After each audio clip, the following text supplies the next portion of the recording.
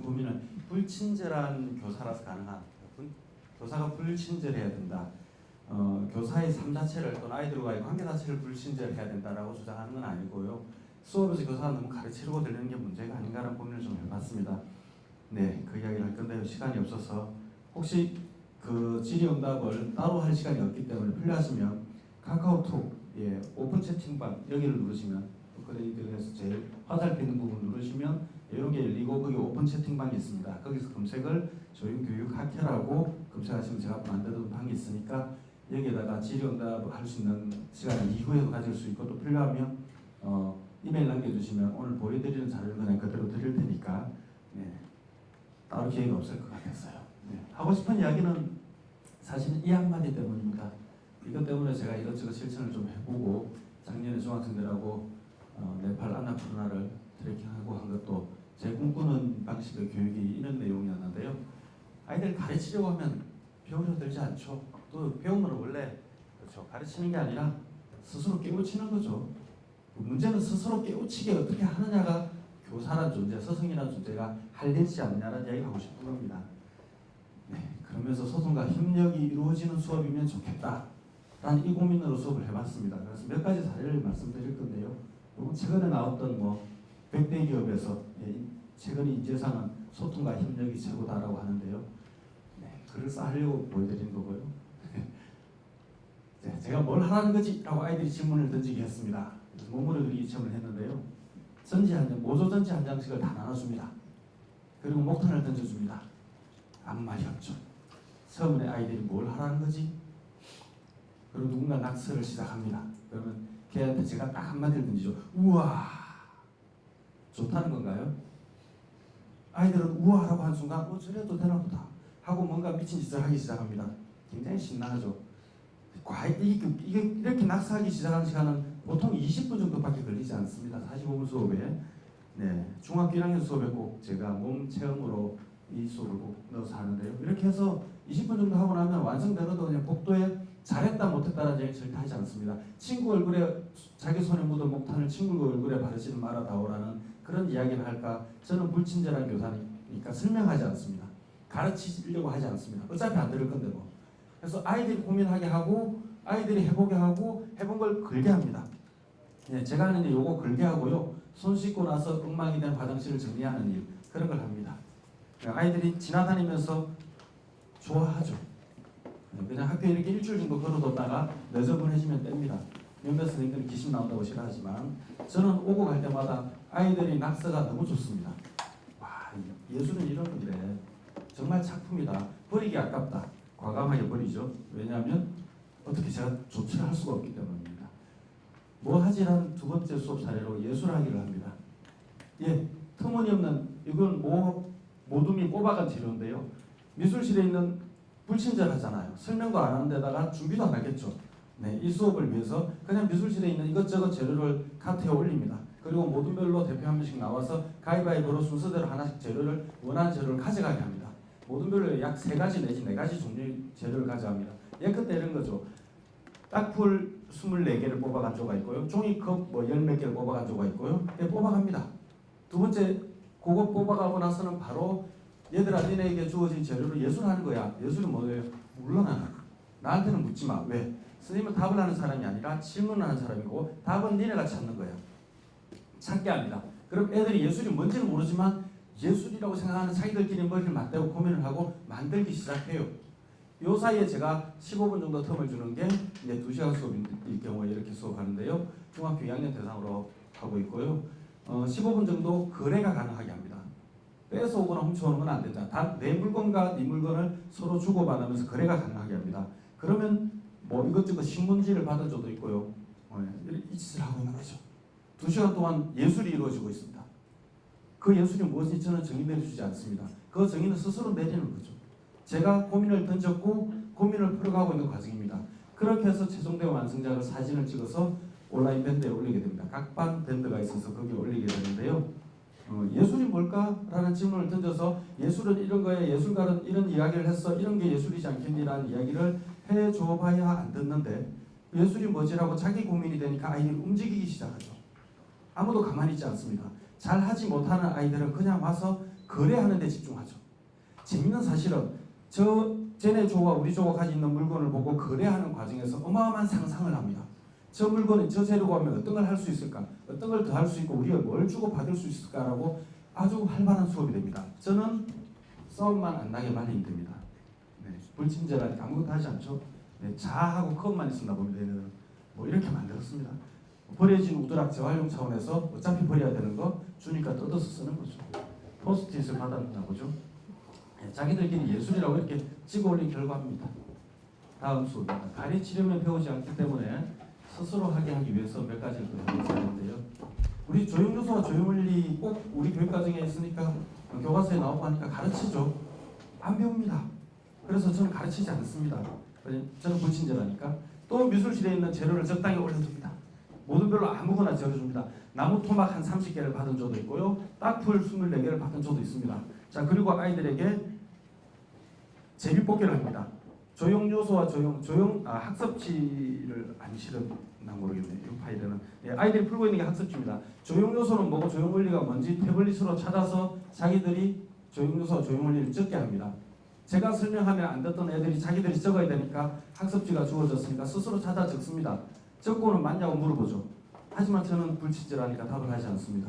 스스로 자기들끼리 묻습니다. 제가 기대하는 건 이거죠. 스스로 묻고 이게 답일까? 라는 고민을 하게 하는 거죠. 안 되면 어떻게 하면 되죠? 선생님들 정보를 찾기 위해서 인터넷 검색해보고 그 답이 맞는지 확인하기 위해서는 크로스 체크하면 되죠.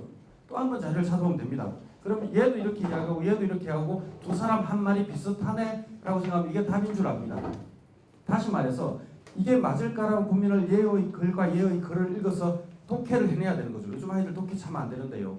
이걸 교사가 가르쳐주고 이게 정답입니다. 짜잔짠 보여주면 아무 생각 없죠. 그걸 따라 적더라도 머리에 들어오지 않는데 자기들이 자꾸 정답일까라는 질문을 스스로 하면서 다시 한번 크로스 체크해서 적으면 훨씬 더 머리에 들어온다는 거죠. 그렇다고 아이들이 습득이 되었을까요? 아니라고 생각하고요. 그래서 주어진 재료로 아이들이 조형원리 3가지를 모든 별로 무작위로 뽑게 합니다. 변화, 균형, 통일 이런 것들 뽑는 거죠. 자, 그럼 변화를 찍어야 되고요. 통일을 찍어야 되고요. 균형을 찍어야 됩니다. 예, 주어진 재료는 허무맹랑한 이런 재료만 가지고 변화, 균형, 통일을 찍고 심지어 변화, 균형, 통일이 3개가 한꺼번에 녹아든 것을 한 방에 찍어서 넉 장의 사진을 올리라고 합니다. 그래서 이렇게 올려놓은 거예요. 넉 장의 사진을 올렸어요. 이게 정답이냐고요? 정답이 아닐 수도 있습니다.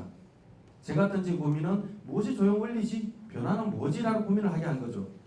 제가 입 아프게 떠들어봐야 안 듣는 것 입 아프게 말하지 않고 아이들이 스스로 그냥 찾은 겁니다. 찾아서 올리고 각 모든 거 올린 거 보면서 아이들이 판단한 거죠. 네, 이거는 뭔가 지나갔나 보네요.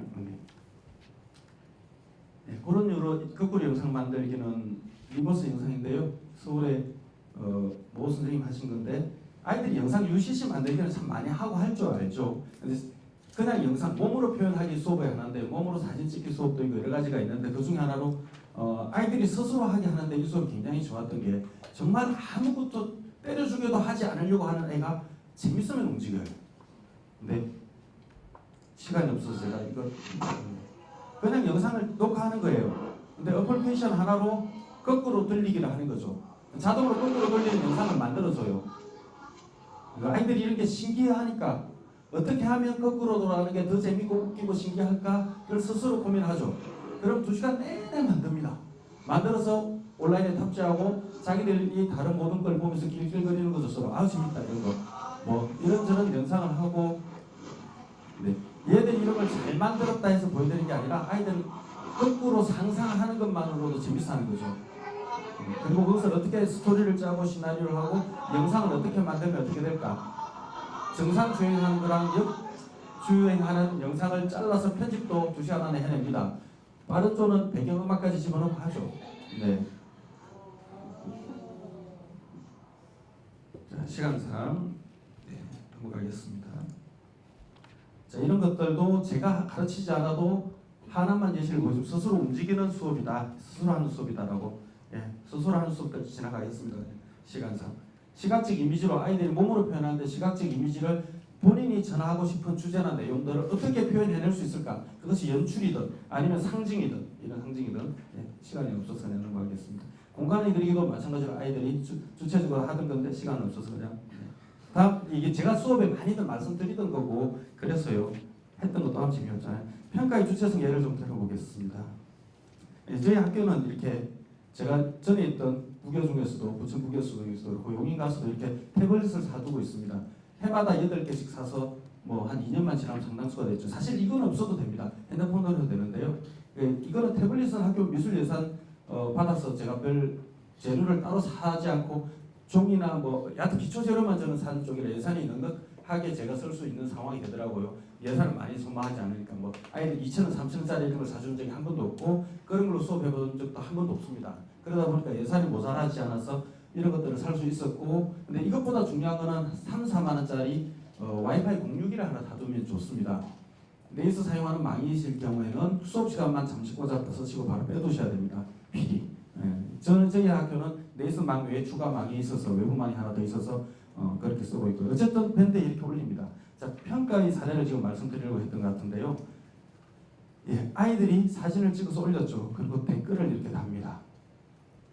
이 사진이 아름다움이다 생각하고 얘를 찍은 거예요. 태블릿 들고 잠시 아이들이 개별적인 사진 찍으러 한 30분 돌아다닙니다. 학교 곳곳을. 다른 반 수업을 절대 방해하면 안 되고 교실 창문을 고개를 내밀고 보면서 아는 친구한테 인사 이런 거 하지 말라고 하지만 또 하죠. 괜찮습니다. 교장선생님께 가서 또 한 소리 듣죠.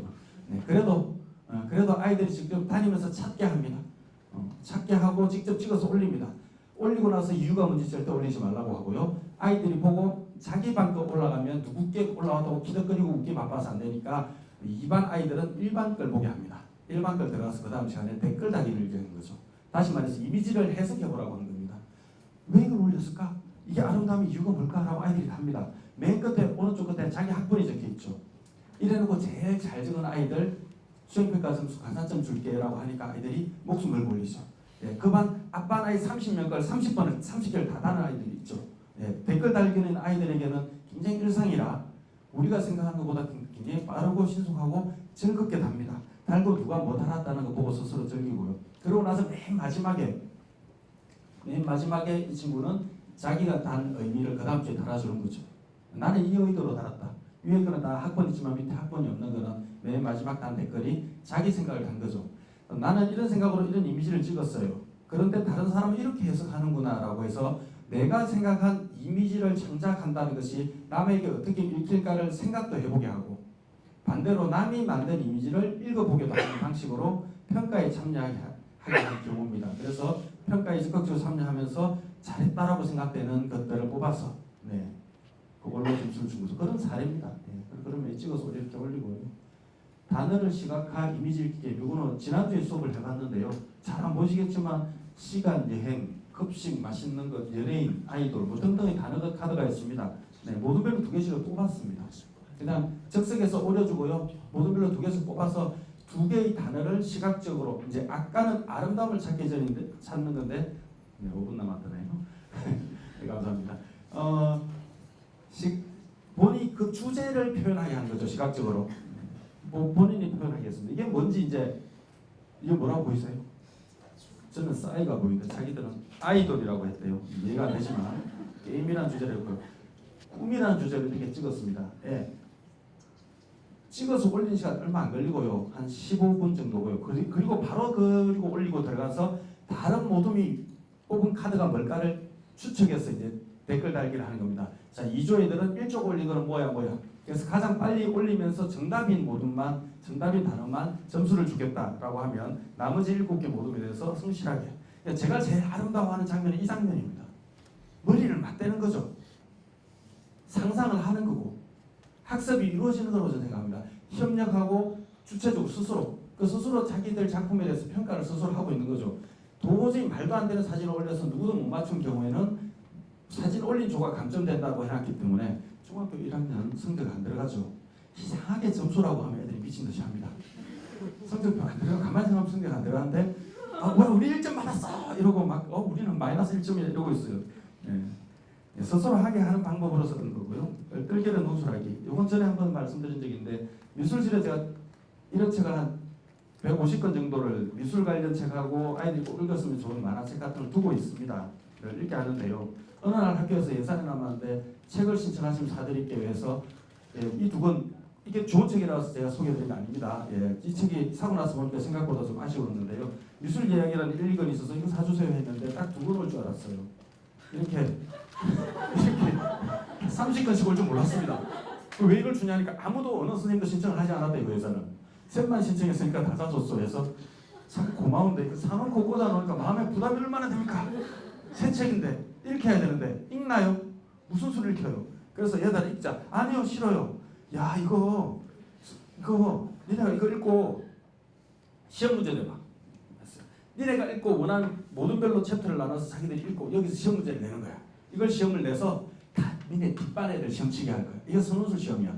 자기가 안 풀잖아요. 가장 어려운 걸. 가장 미술과 관련되는 걸. 그러나 문제로서 자격이 없는 건 뺄 테니까 좋은 문제로 뽑히면 니네 모둠이 잘한 거로 인정해 줄게 하니까 미친 듯이 머리를 맞대고 책을 읽습니다. 2시간 내내 읽어요. 그 책 읽기 시작하는 애들이. 왜? 다른 반을 골려줘야 되니까. 네. 그리고 시험을 칩니다. 이런 문제들을 낸 거예요. 그래놓고 말도 안 되는 문제를 나중에 또 빼고요. 문제는 이러니까 가장 좋은 알찬 문제가 그렇게 많지는 않았습니다. 그래서 어쩔 수 없이 2반 애가 뽑은 걸 1반이 푸는 방식이 아니라 아이들이 각 반별로 뽑은 문제를 총합해서 그냥 전반이 시험 쳤어요.